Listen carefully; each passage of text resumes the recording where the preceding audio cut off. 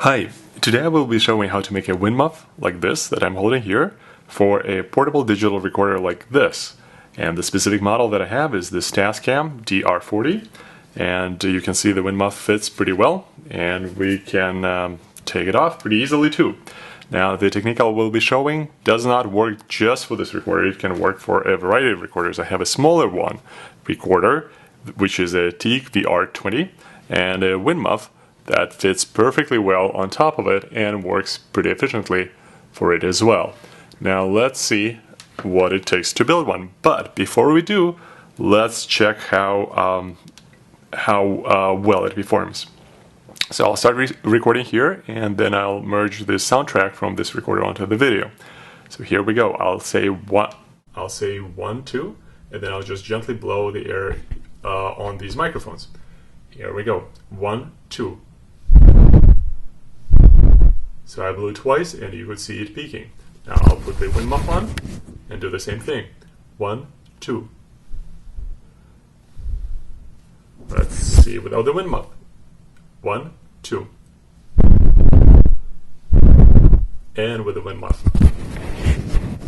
1, 2. So hopefully it did perform well, and let's see what it takes to build one. The first and the most important thing that we need to get is the synthetic fur. I purchased this material at a fabric store. It cost me about $3 for a large piece like this, and it has enough material to build about a dozen wind muffs. It has cloth backing, so it works perfectly for our application. The second thing that we need to get is a foam pad.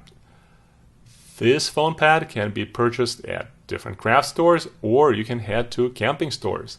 They sell sleeping pads out of this material. It's very easy to work with, and there are tons of projects you can make out of it. Sometimes you can find it as part of packaging material. So we will be making the frame on which the fur sits out of this foam material. The other things that we need, you probably already have, are scissors, glue guns, and possibly a ruler. Now, all it takes is just 10 minutes of your time to build one. Let's start building. In the first step, I will be making a frame out of this foamy material. On top of this frame, I will have the synthetic fur glued to that.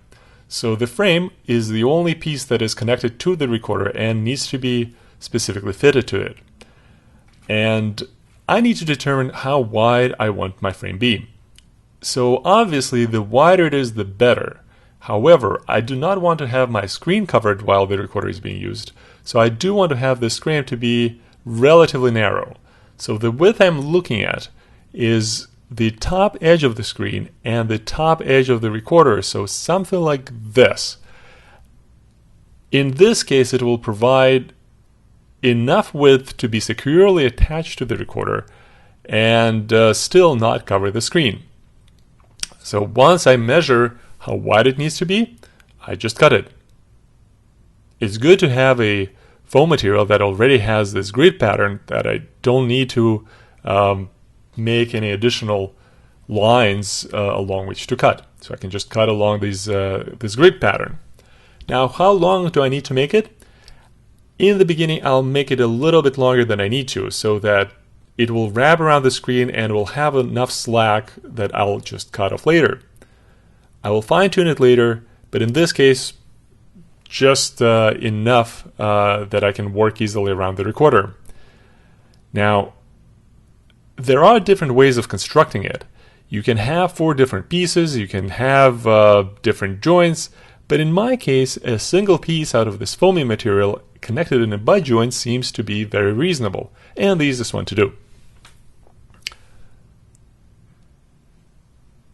So let's figure out the precise fit. I just wrap it around the recorder and look at how much I need to trim, and it's about there, and then I just trim it. Now, before I start gluing it, let me double check again that it fits well onto the recorder that I have. It seems that the fit is good, so let's start gluing it. Just a drop of a hot melt glue will be good in this case. But be careful, because this specific material is very good insulator, and the glue will remain hot for a long time, so you need to keep it pressed together a little bit longer than usual. Once the glue cooled off, let's trim off the excess of the glue on all sides. And this will give us a very nice and smooth seam. Before we proceed, let's make sure that our ring or our frame fits well on this recorder. It seems it does. It fits pretty well and can be put on easily and taken off easily, and it's not too loose. So I think it will provide a good frame for our fabric fur.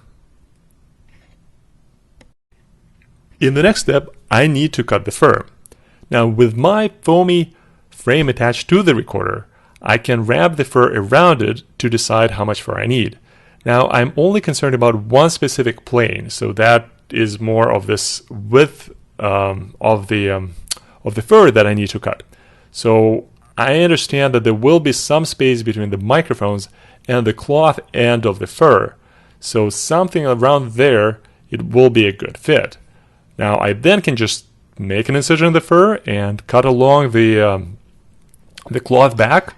Now this fur does shed a lot, so I want to clean up this excess hair that will be there after I make this cut.